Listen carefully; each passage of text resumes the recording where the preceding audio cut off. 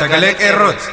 Sagaleen qeerroo torbaanitti guyyaa sadii diddaa uummata Oromoo fi saboota cunqurfamoo impaayera biyyattiin mara akkasumas shira mootummaa abbaa irree wayyaanee kan gabaasu. Kun sagalee qeerrooti.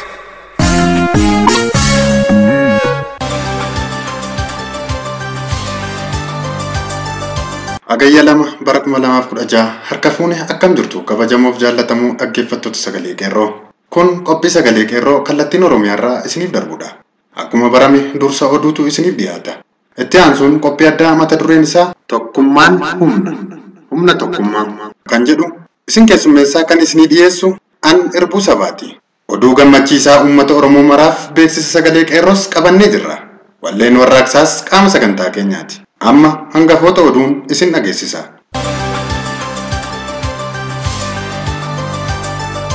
Gootonni godina Harargee, Arsiitii fi naannoo Oromiyaa kaan fincila xumura gabrummaatti fufuudhaan adda bilisummaa Oromootu nu bulcha jechaa dhaadachaa jiraachuun qeerroon naannichaa sagalee qeerroof gabaase.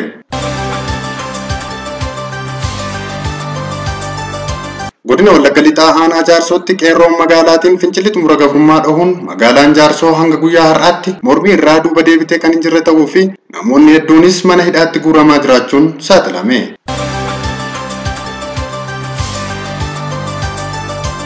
Gaaffiin abbaa biyyummaa uummanni Oromoo gaafatu itti fufuun godina Arsii keessatti fincilli xumura gabrummaa guutuutti itti fufee jiraachuun beekame. Waraanni wayyaanees magaalota adda addaa weeraree akka jiru irra ga'ame. Kan jedhanii fi kan biroonis ni jiru. Babal'ina oduuf jaallee jiitu gadaa.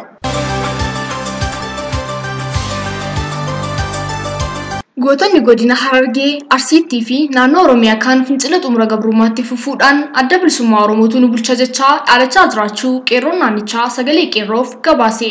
Mootummaan wayyaanee gaaffii uummata karaa nagaatiin gaaffii abbaa biyyummaa dhiyeessaa jiruuf dirree waraanaa gochuun uummata irratti dhukaasni walirraa hin cinne banamee jira.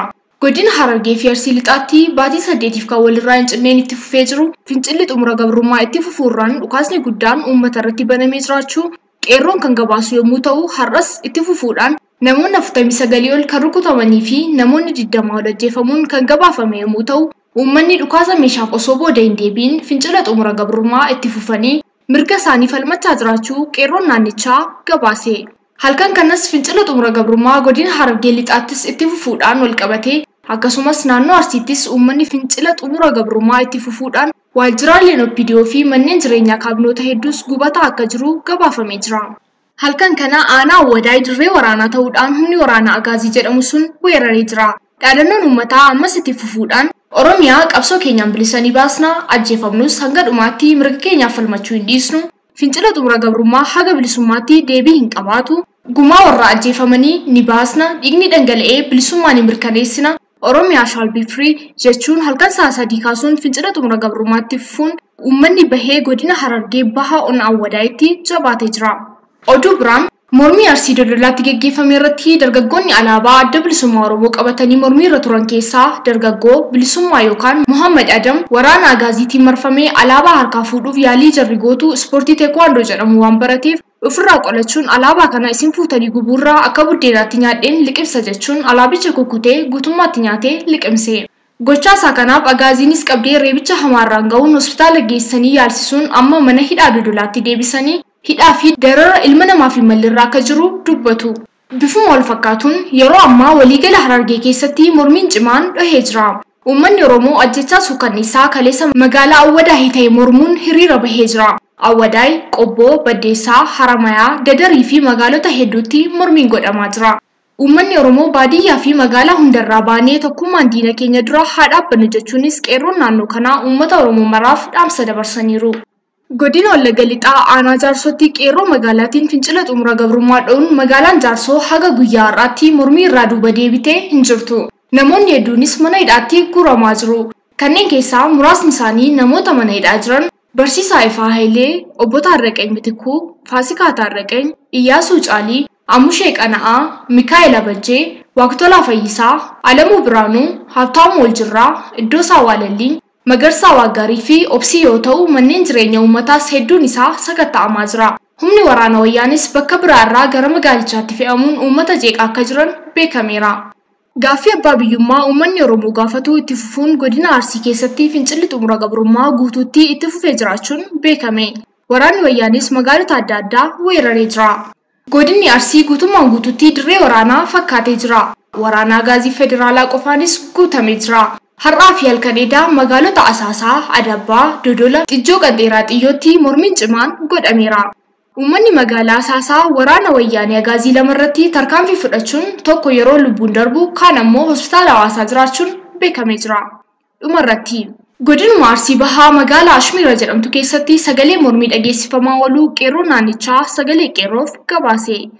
Asaasa keessatti qabeenya mootummichaa fi jala deemtota Wayyaanee kanneen ta'an irratti uummanni aariin guutamee fi roorroon itti hammaatee adabbii sirreessaa kanneen ergamtoota warra garaan bulanii irratti fudhatame mootummicha rifaasisee jira.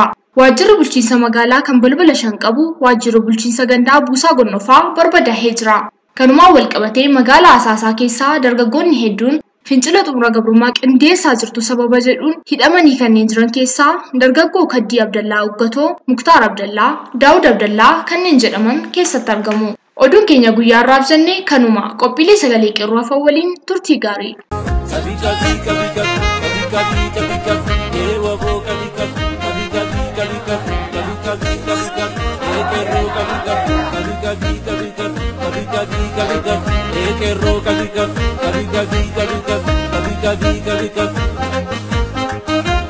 Dammaqi lakkiyaa dagamaa godina eeguuf jooru olka iilolee didii fincilee haada badamtuu seenaan taddee birruu. Dammaqi lakkiyaa dagamaa godina eeguuf joortu olka iilolee didii fincilee daddabalimee seenaa ilemoo qilxuu. Oduu gammachiisaa uummata Oromoo mara. Beeksisa sagalee qeerroo bilisummaa Oromoo. Raadiyoon sagalee qeerroo bilisummaa qilleensarraan uummata Oromoo tajaajiluuf qophii isaa xumuratee jira. Guutummaa Oromiyaa fi biyyoota Afrikaa akkasumas giddugala bahaa keessatti shortuweeviin torbanitti guyyaa 3 guyyoota sagalee bilisummaa Oromoo fi raadiyoon Oromoo qilleensarraan jirre jidduutti guyyaatti walakkaa sa'aatiif qilleensarraan uummata Oromoo baadiyyaa fi magaalaa keessaa raadiyoo qofaan tajaajila odeessii argatan dhaqqabuuf jecha karoorfamee qophii xumurataa jira. Sagaleen qeerroo arraata jaarmiyaa dargaggoota Oromoo biyyoolessaa kan bilisummaa fi dimokiraasii yookaan qeerroo bilisummaa Oromooti. Qeerroon bilisummaa uummata Oromoo addatti dargaggoota Oromoo kai qeerroo jechuun Oromiyaa guutuu keessatti kakaasuun akka isaan mirga abbaa biyyummaa fi namoomaaf falmaniif eebila bara 2011 irraa hanga har'aa warraaqsa Oromiyaa keessaa gaggeessaa akka jiru beekamaadha. Sagaleen qeerroo odeessa, seenaa, siyaasaa fi mirga Oromummaa irratti saba Oromoo tajaajila barsiisa, kakaasa, dammaqsee gaaffii mirgaaf qixeessaa yoona gahee fuula durattis itti fufa. Egaan guyyoota sa'aatii fi firikwensii yookaan meetir baandiin sagaleen qeerroo irratti darbu qophiilee keenya gara fuula duraa keessatti isin beeksifna. Injifannoo uummata Oromoof.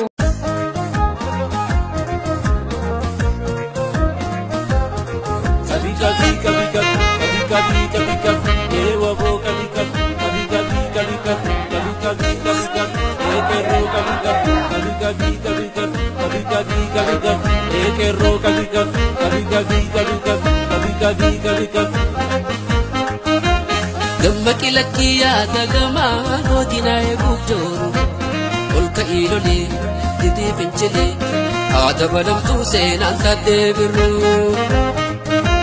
Dammaqi lakkiyaa dagamaa godina eeguuf joortu olka iilolee didii fincilee daddabalimee seenaa ilemoo qilxuu.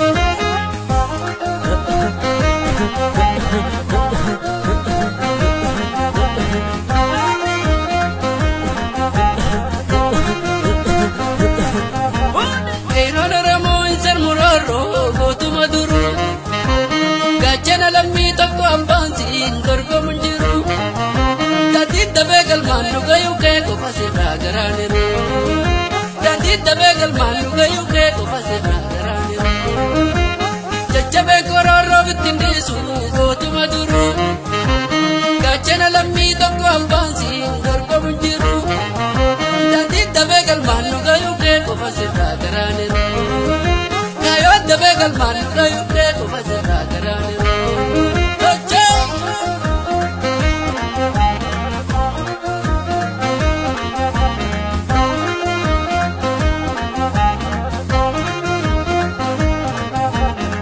gamana walwame gamasi walwame kaironga jana kaba simala dalele hatawe ofe akagalaba gamana walwame gamasi walwame gobonga jana saba ina zalele hatawe ofe akagalaba gamana walwame gamasi walwame kaironga jana saba simala dalele hatawe ofe akagalaba gamana walwami gamasi walwami gobonga jana saba kilashina leli yatawi ofi yatagalaba dina khayaleli yatawi ofi yatagalaba ekerro kabiga ekerro kabiga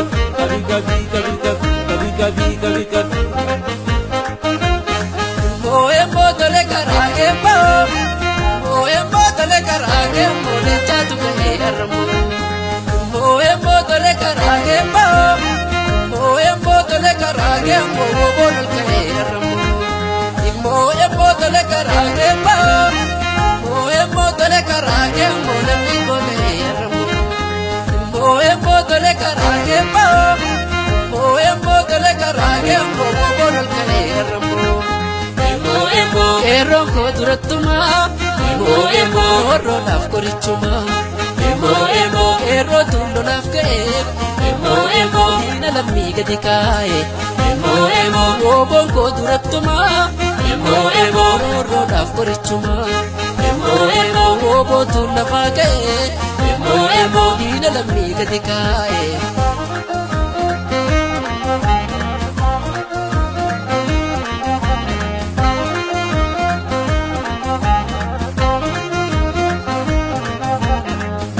Soria babora madera marmari kailolia jigago roroba tendaine sanyi gota kailamito ya horte jarabagada galte yartuna madagada gamrom no diledida kailolia jigago rorona matemba sanyi tata sagoniko gamrom manta umfafa Kailolia lambigo rorona matemba sanyi elemo lenchiko gabrumman taumfafa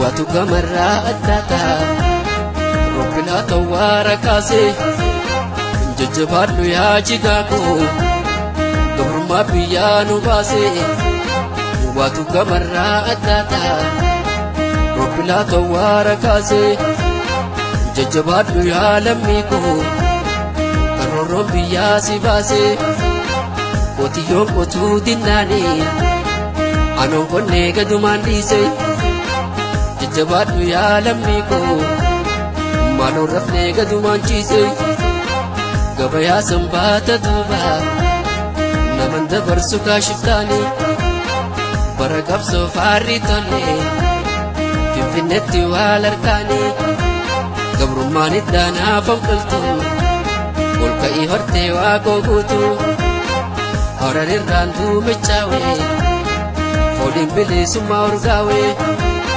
bokise walwa me manu babbaro delenchi wallo ittidame kanwa meka Garma me keno walaga imalan dawe halele konate keno salale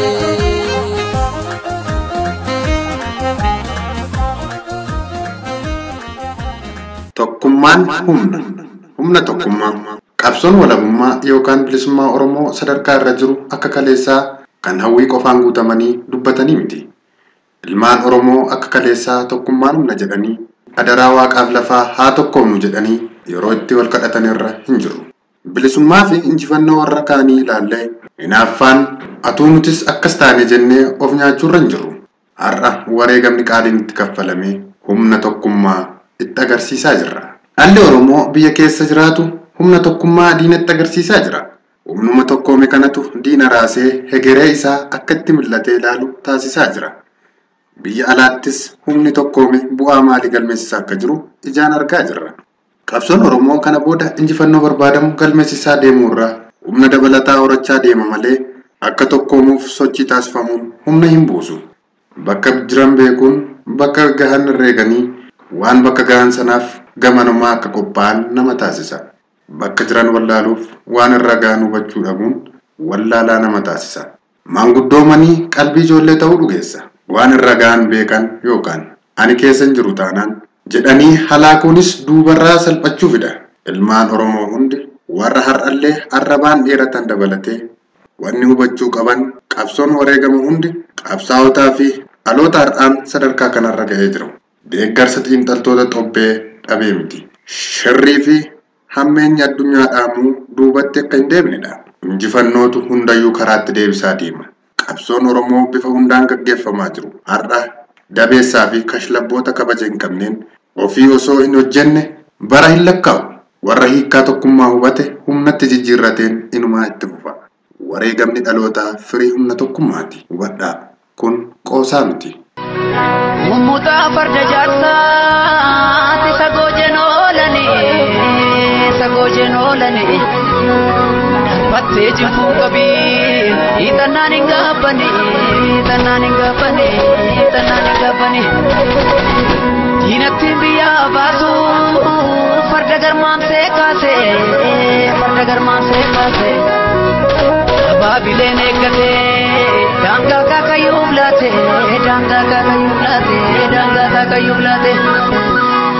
abbaan eegalmaa laate ilmi seenaa daagate imaana abbaan nyaadhu eenyummaa koon daagadhu du'ee tambada malee biyya koormaan laadhu. Qabsoon Oromoo diinaaf yaaddessaa ta'uu guyyaa saafaa addunyaa irratti lallabamaa osoo jiru odoo arginuu fi dhageenyu qabsaa'ota Oromoo walitti qabanii qabsoo kanaaf furmaata hin fiddan jedhanii warri lagan ammallee sadarkaan qabsoo Oromoo maalirra akka jiru ifatti akka ilaalaniif ija banadhaa jennaan. Qabsoon Oromoo kana booda maaloo maqaa keessaniif boodatti harkifanne jedhee duubatti deebi'ee isaaniin hin qixxaatu hin eeggatus. Baabura qabsoo Oromoo jechuun baabura wayyaanee Finfinnee keessaa miti. Baabura haqarra ejjetee baabura miidhaa uummattootaa guguuf uumame miti. Baaburri qabsoo Oromoo baabura haqaati. Baabura yeroo dantaa ofii qofaa itti tajaajilamanii keessaa harcaanii miti. Qaleessa baabura kanatu nu geessa jedhanii yaabbatanii mijachuu dinnaan keessaa bu'anii kan biraatti ce'anii miti. Baabura dhugaati. Baabura haadha hedduu qabdudhas.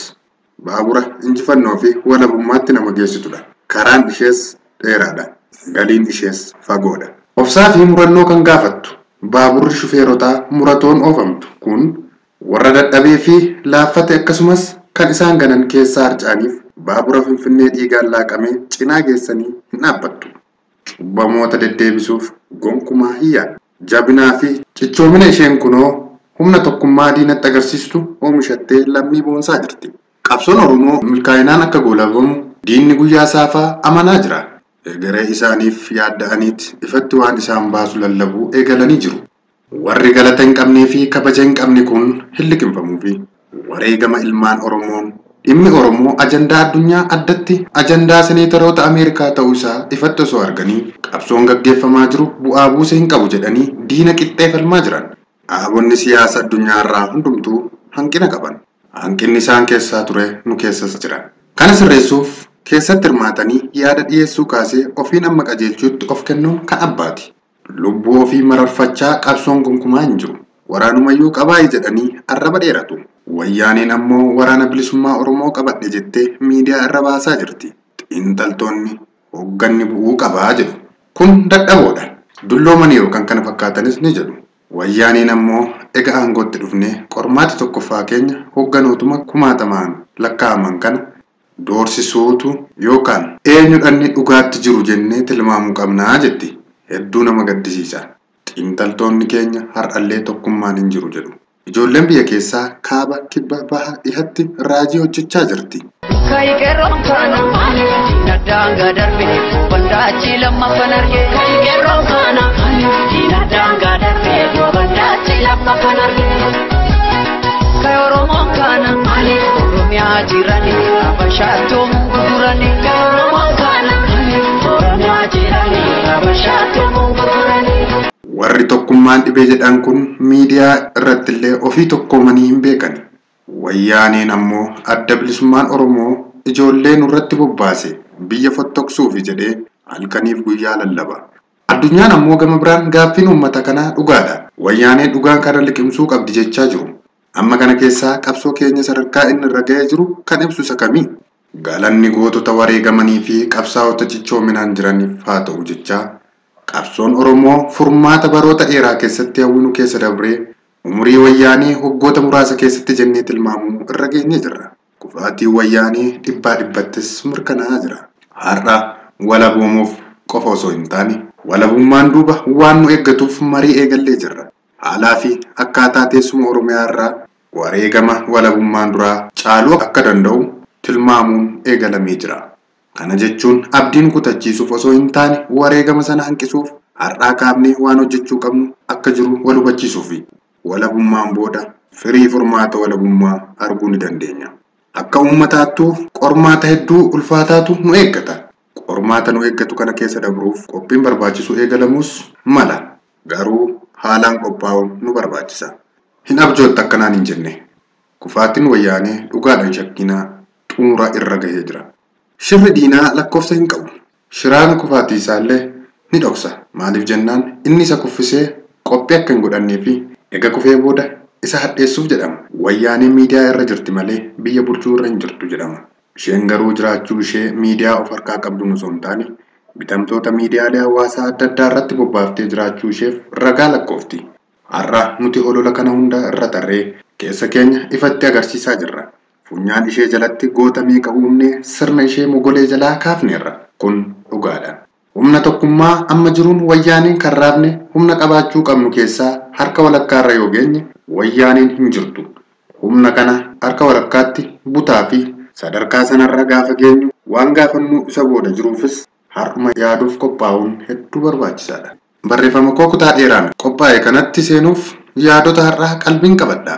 Hanga har'aatti akkaataa sadarkaa har'a irra jirru jalqabuuf yaadota waliif firaa wal gorfachaa turree jirra. Yaadaa fi gorsa wayyaanee lafaan ga'uu caalaa har'a kan nutti fardeessuu hin qabnu. Wayyaanee kufuun booda kan jiruuf ta'uu qaba jedheen yaada. Akka waliigalaatti sochii kana booda kan ce'umsaatti fudhachaa kan galii keenyaa fi galii keenyaan booda jiru irratti mari'achaa eegaluun dansaadha jedheen amana. Kana booda maaltu nurraa eegama? Maaltu nu hafa? Maaltu nu barbaachisa?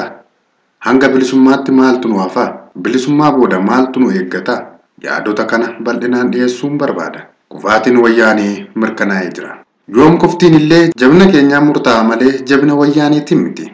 Sadarkaa kanarra ga'uuf wareegamni dhalootaa fi qabsaa'otaa bakka olaanaa qaba. Wareegama kanaa firiitti gochuu kan danda'amu walabuumuu qofaan osoo hin taane walabuumuu yookaan bilisoomuu booda waan jiruun mirkaneessuun barbaachisaadha. Wayyaanota keessaa har'a dhaga'aa jiru. Nuti ganna ammaa kana kan qabsoofneef waan har'a argaa jirru kanaaf miti jechuu eegalanii bubbulanii jiran. Rakkoo jireenya hawaasummaa irra gahaa jiru sadarkaa yaaddessaa irra gahaa jiraachuun himamee jira. Kun akkaataa hawaasa isaanii gaggeessan irraa madda. Nuti hoo bor maaltu nu eeggata? Kana hunda ilaalla. Kanas muuxannoo biyyoota bilisoomanii dhaabota siyaasa milkaanii hanga tokko fudhannee ilaaluu ni dandeenya.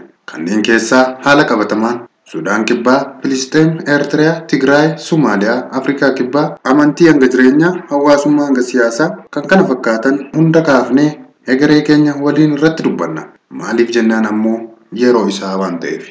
Akka uummataatti yaaduu fi akka siyaasaatti yaaduun garaagarummaa maalii qaba? Akka siyaasaa fi akka qabsaa'aatti yaaduun maal jechuudha? Akka uummataatti akka qabsaa'aatti yaaduunis maal inni? Akka uummataa fi akka bulchaatti yaaduun tokko garaagarummaa maaliis ni qaba? Kana hunda kutaa lammaffaa qophii itti aanutti walitti deebina. Hanganattuu obsaan naaf turaan affeerraa kooti. Horaa bulaa.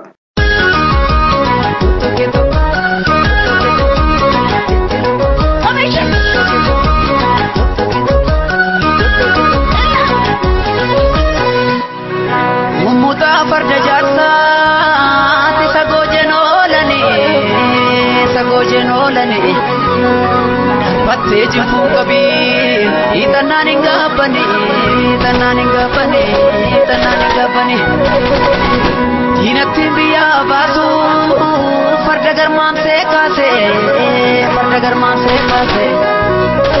babile ne kate danga ka kayublate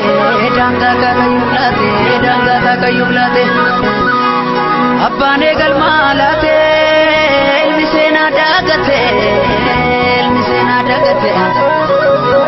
imana abanyadu enyumma gonda gadu duwe tambada male biya kormalatu enyu tambaye bada sanyo nembat bada harka digana nyada alapa konga mada malanya tega pada malantai tabada dulu mahmuda kani ilmadatu yomi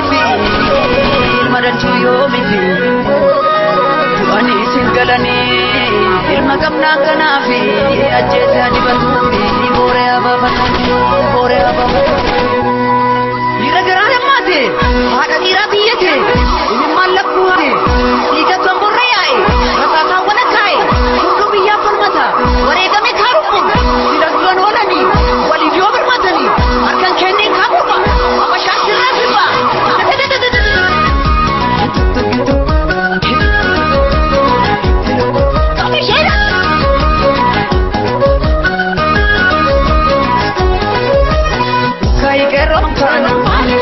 danga darbe banda cilamma fanarge gero kana dina danga darbe banda cilamma fanarge kayoro mokana oromia jirani abashato mugurani kayoro mokana oromia jirani abashato mugurani abe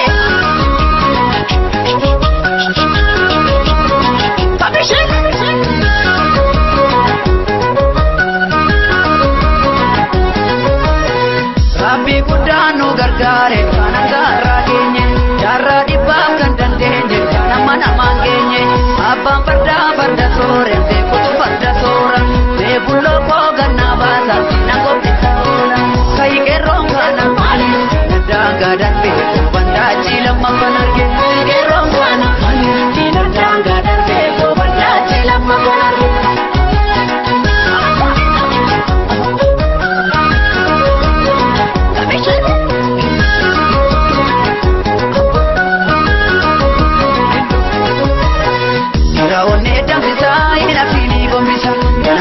duratu denjedi kitatu Rabinandale ni onatajale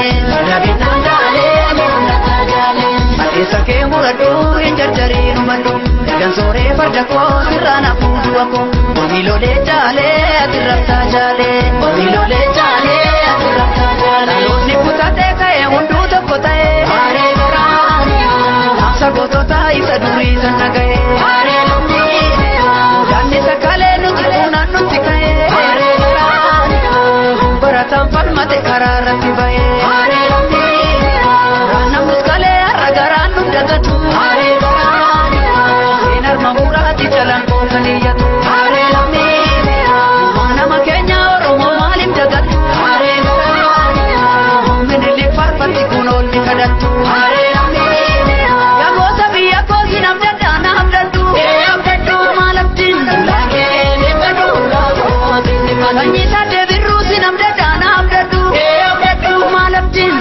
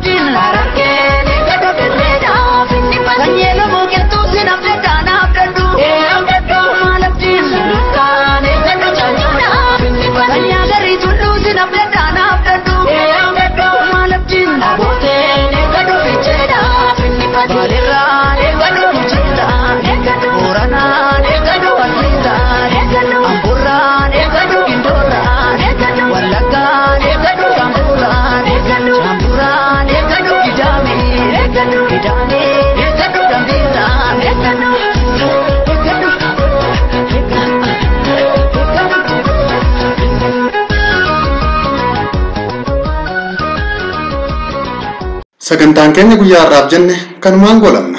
Turtiin waliin gootaniif galanni keessan bilisummaa ta'u isiniin jechaa sagantaa biroon hanga wal agarruutti nagaan nuuf tura. Injifannoo uummata Oromoof gadaan gadaa bilisummaati.